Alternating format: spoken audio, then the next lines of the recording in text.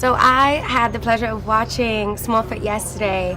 Oh my gosh. Cool. First of all, hilarious. I was definitely doing that like guttural, catch me off guard, deep laughter that was too loud. That's a success. So what was your impression when you first read the script? What were you thinking? Well, one, I just love the story, but two, I think it was fun to play a character that's so similar to who I am in real life. Yes, exactly. Where I think Brenda's love of science is like my love of history. And so it was just such a fun role to be able to be so based in reality, even though the movie itself is not based in this world. Right. Or is it? I know. So my favorite character is your character, Brenda. Thank you. She's beautiful, she's stunning, and I love that there are so many comedic moments. But she kind of brings the narrative of like the moral compass.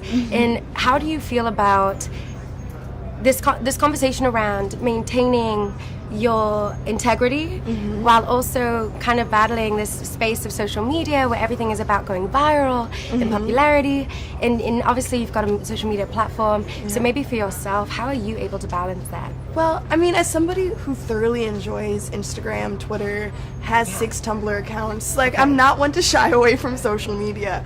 And at the same time, I think it's from really operating from a sense of purpose. And your purpose can be different and it can change every single day. It can be the same for years. But I think when you operate from a sense of what you want to achieve in the world, then it's really motivating in terms of what you share, what you don't share, how you remain, I guess, quote unquote, true to yourself. And it still gives yourself the room to grow. And so it's not to say that to be full of integrity means that you have to be static, but it means that you have the space to evolve as well as the ability and foresight to know what you want. Okay, I love everything you've just Thank said. you. So one thing I've noticed, obviously, is that Brenda has natural hair, which I obviously love and adore and celebrate women embracing their natural hair. Can you give us any tips, any of your style tips? Well, okay. So the true test is everybody in my family has a different hair texture. Yes. Like my little brother has like, let's say 3B, I have 3C. Yeah.